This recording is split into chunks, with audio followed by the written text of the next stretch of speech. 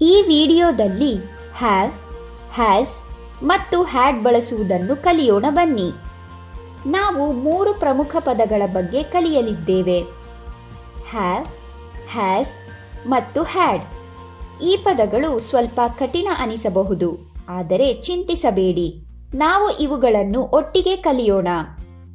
Have, has ಮತ್ತು had ಇವೆಲ್ಲವೂ ಕ್ರಿಯಾಪದದ ರೂಪಗಳಾಗಿವೆ. ಇದು ಮುಖ್ಯವಾಗಿ ನೀವು ಅಥವಾ ಬೇರೆಯವರು ಯಾವುದೇ ವಸ್ತುವಿನ ಮಾಲೀಕರಾಗಿದ್ದಾರೆ ಅಥವಾ ಹೊಂದಿದ್ದಾರೆ ಎಂದು ತೋರಿಸುತ್ತದೆ. ಬನ್ನಿ ಅವುಗಳನ್ನು ಒಂದೊಂದಾಗಿ ನೋಡೋಣ. ಮೊದಲಿಗೆ ಹ್ಯಾವ್ ಎಂಬ ಪದವನ್ನು ಅರ್ಥ ಮಾಡಿಕೊಳ್ಳೋಣ ಬನ್ನಿ. ಐ ಹ್ಯಾವ್ ಅ ಬುಕ್ ಅಂದರೆ ನನ್ನ ಬಳಿ ಒಂದು ಪುಸ್ತಕ ಇದೆ. ಇಲ್ಲಿ ಹ್ಯಾವ್ ಅನ್ನು ಬಳಸಲಾಗಿದೆ ಏಕೆಂದರೆ ಈ ಕ್ಷಣದಲ್ಲಿ ಇದು ನಿಜವಾಗಿದೆ. ನನ್ನ ಬಳಿ ಈಗ ಒಂದು ಪುಸ್ತಕವಿದೆ. We have 2 dogs. ನಮ್ಮ ಬಳಿ 2 ನಾಯಿಗಳಿವೆ. ಇಲ್ಲಿ ಹ್ಯಾವ್ ಅನ್ನು ವಿ ಎಂಬ ಪದದ ಕಾರಣದಿಂದ ಬಳಸಲಾಗಿದೆ. ಈ ಕ್ಷಣದಲ್ಲಿ ಈ ಮಾತು ನಿಜವಾಗಿರುವುದರಿಂದಲೂ ಸಹ ಹ್ಯಾವ್ ಅನ್ನು ಬಳಸಲಾಗುತ್ತದೆ. ನಮ್ಮ ಬಳಿ ಈಗ 2 ನಾಯಿಗಳಿವೆ. You have a black shirt. ನಿಮ್ಮ ಬಳಿ ಕಪ್ಪು ಬಣ್ಣದ ಒಂದು ಶರ್ಟ್ ಇದೆ. ಇಲ್ಲಿ ಹ್ಯಾವ್ ಅನ್ನು ಯು ಎಂಬ ಪದದ ಕಾರಣದಿಂದ ಬಳಸಲಾಗಿದೆ. ಈ ಕ್ಷಣದಲ್ಲಿ ಈ ಮಾತು ನಿಜವಾಗಿರುವುದರಿಂದಲೂ ಸಹ ಹ್ಯಾವ್ ಅನ್ನು ಬಳಸಲಾಗುತ್ತದೆ. ನಿಮ್ಮ ಬಳಿ ಈಗ ಕಪ್ಪು ಬಣ್ಣದ ಒಂದು ಶರ್ಟ್ ಇದೆ. They have a beautiful house. ಅವರ ಬಳಿ ಒಂದು ಸುಂದರವಾದ ಮನೆ ಇದೆ. ಇಲ್ಲಿ ಹ್ಯಾವ್ ಎಂಬ ಪದವನ್ನು ದೇ ಎಂಬ ಪದದ ಕಾರಣದಿಂದ ಬಳಸಲಾಗಿದೆ. ಈ ಕ್ಷಣದಲ್ಲಿ ಈ ಮಾತು ನಿಜವಾಗಿರುವುದರಿಂದಲೂ ಸಹ ಹ್ಯಾವ್ ಅನ್ನು ಇಲ್ಲಿ ಬಳಸಲಾಗುತ್ತದೆ. ಅವರ ಬಳಿ ಈಗ ಒಂದು ಸುಂದರವಾದ ಮನೆ ಇದೆ. Cats have soft fur. ಬೆಕ್ಕುಗಳು ಮೃದುವಾದ ತುಪ್ಪಳವನ್ನು ಹೊಂದಿರುತ್ತವೆ. ಇಲ್ಲಿ ಹ್ಯಾವ್ ಅನ್ನು ಕ್ಯಾಟ್ಸ್ ಎಂಬ ಪದದ ಕಾರಣದಿಂದಾಗಿ ಬಳಸಲಾಗಿದೆ. ಇದು ಬಹುವಚನ ಪದವಾಗಿದೆ. ಆದ್ದರಿಂದ ಸಂಕ್ಷಿಪ್ತವಾಗಿ ಹೇಳುವುದಾದರೆ ಐ, ಯು, ವಿ ಅಥವಾ ದೇ ಮುಂತಾದ ಪದಗಳನ್ನು ಬಳಸಲು ಬಯಸಿದಾಗ ನಾವು ಹ್ಯಾವ್ ಅನ್ನು ಬಳಸುತ್ತೇವೆ. ಇದನ್ನು ಸಬ್ಜೆಕ್ಟ್ ಒಂದಕ್ಕಿಂತ ಹೆಚ್ಚು ವ್ಯಕ್ತಿಗಳು ಅಥವಾ ವಸ್ತುಗಳಾಗಿದ್ದಾಗಲೂ ಸಹ ಬಳಸಲಾಗುತ್ತದೆ.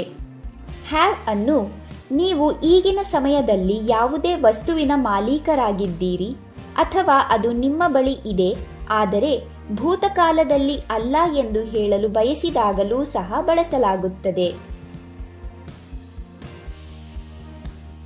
ಬನ್ನಿ ಈಗ ಹ್ಯಾಸ್ ಎಂಬ ಪದವನ್ನು ನೋಡೋಣ. She has a pet parrot. ಅವಳ ಬಳಿ ಒಂದು ಸಾಕಿದ ಗಿಣಿ ಇದೆ.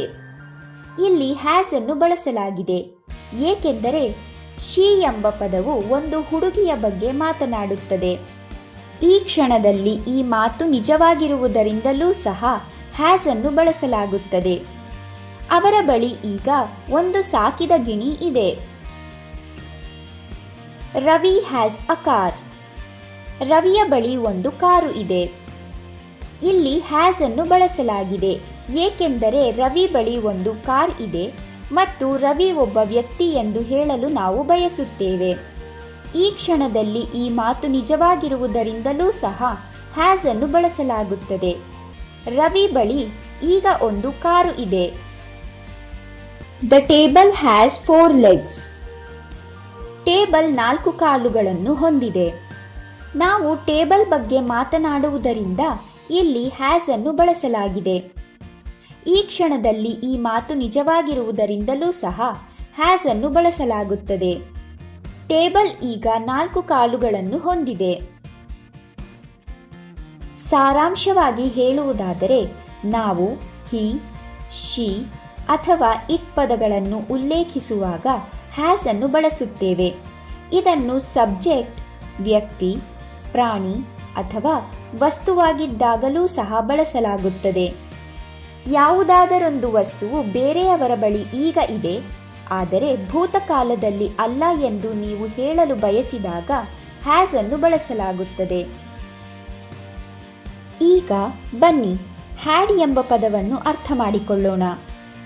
I had a bicycle when I was a child. ನಾನು ಚಿಕ್ಕವನಾಗಿದ್ದಾಗ ಒಂದು ಬೈಸಿಕಲ್ ಹೊಂದಿದ್ದೆ.